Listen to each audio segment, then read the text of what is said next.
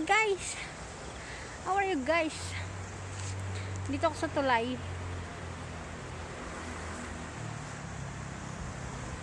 Ayan o, ganda ng tulay guys. Dito. Ayan.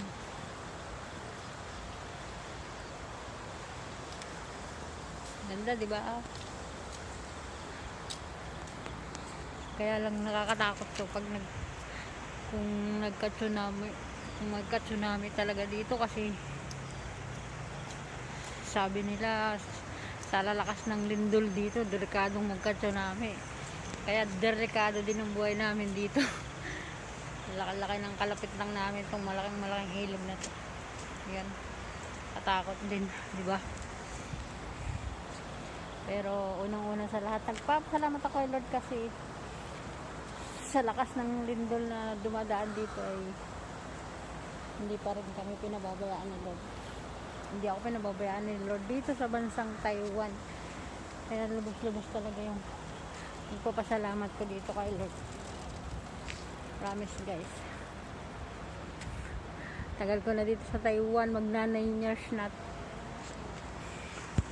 Grabe yung naranasan ko kahapong tanghali na dinuduyan yung building namin. Grabe guys, kakatakot talaga.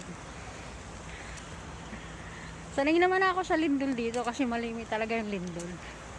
Kaso matindi yung nangyari kahapon, kaya yun, ang daming nag-collapse na building. Medyo malayo naman dito yung nag-collapse na building, hindi naman dito sa amin. Kaya lang yung ano yun, sports center, ayun, bumagsak yung mga ceiling. Maigit, mga walang nasaktan kasi lahat ng naglalaro puro nakatakbo nung time na utay-utay na nagko-collapse. Diba guys, ang ganda ng ilog oh. Diba oh. Pinalaki siya, pinalaki talaga oh. Pinalaki ng mas maganda na kung pinapalaki nila kasi para kung lumaki man ang tubig hindi maano. Pero mo guys, yung mga building na yan kahapon, alam mo bang parang dinuduyan yung mga building na yan kahapon sa lakas ng ano. Pero hindi sentro dito sa amin, kaya hindi naman, walang anumang nangyari dito sa mga building namin. Kaya nagpapasalamat pa rin kami kay Lord kasi yung sentro ay malayo sa lugar namin. Ay, ang buhay talaga ng OFW, alam niyo guys. Yung buhay ng OFW, hindi alam, bigla na lang may mga pangyayaring yun na pala yung kikitil ng buhay mo. Kung mga inaasahan. Kaya kailangan pray lang. Kailangan always pray, diba? Yun lang yung ano namin dito. Puro pray na lang.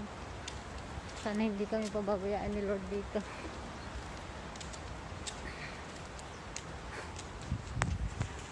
Okay guys, alam nyo guys, magtatapon lang ako ng basura, naghihintay lang ako ng truck. Kaya inikot ko lang tong labas. Andito lang kasi malapit lang yung aming bahay dito. Kaya medyo nag-video ng konti. Kaya ito na guys. Baka biglang dumating yung truck ng basura, ay ako nandito pa eh. Walang magtatapon ng basura kung nilabas. Kaya naman guys, ako'y magpapaalam na uli inyo. Okay guys, pray lang sa mga kagayang OFW kung saan man kayong sulok ng mundo. Hindi tayo pababayaan ni Lord, diba? Pray lang. Okay, bye-bye, paalam.